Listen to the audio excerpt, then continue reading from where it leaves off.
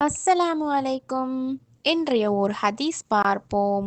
பிஸ்மில்லாஹிர் ரஹ்மானிர் ரஹீம். இறைவனின் வெறுப்புக்குள்ளானோர். மனிதர்களிலேயே அல்லாவின் கடுமையான வெறுப்பிற்கு ஆளானோர் மூவராவர். மக்கா புனித எல்லைக்குள் பாவம் புரிகின்றவன், இஸ்லாத்தில் இருந்து கொண்டு அறியாமை கால கலாச்சாரத்தை விரும்புகின்றவன். 3. ஒரு மனிதனின் இரத்தத்தை சிந்த செய்வதற்காக நியாயமின்றி அவனை கொலை செய்ய தூண்டுகின்றவன் என்று நபி ஸல்லல்லாஹு அலைஹி வஸல்லம் அவர்கள் கூறினார்கள்.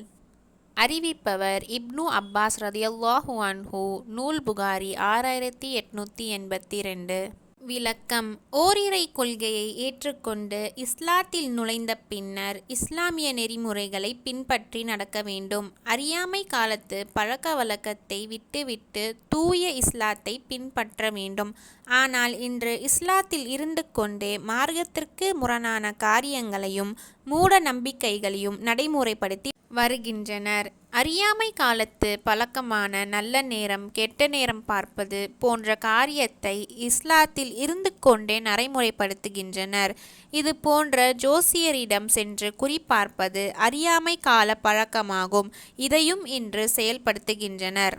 நபிகளார் காலத்தில் மண்ணில் போட்டு புதைக்கப்பட்ட இந்த காரியங்களை தோண்டி எடுத்து நடைமுறைப்படுத்துபவர்கள் அல்லாஹ்விடம் கடும் வெறுப்பிற்கு ஆளாக நேரிடும் என்பதை கவனத்தில் கொள்ள வேண்டும். வாஹிர் தாவானா அல்ஹம்துலில்லாஹி ரொப்பில் ஆலமீன். அஸ்ஸலாமு அலைக்கும் வரஹ்மத்துல்லாஹி வபரகாத்துஹு.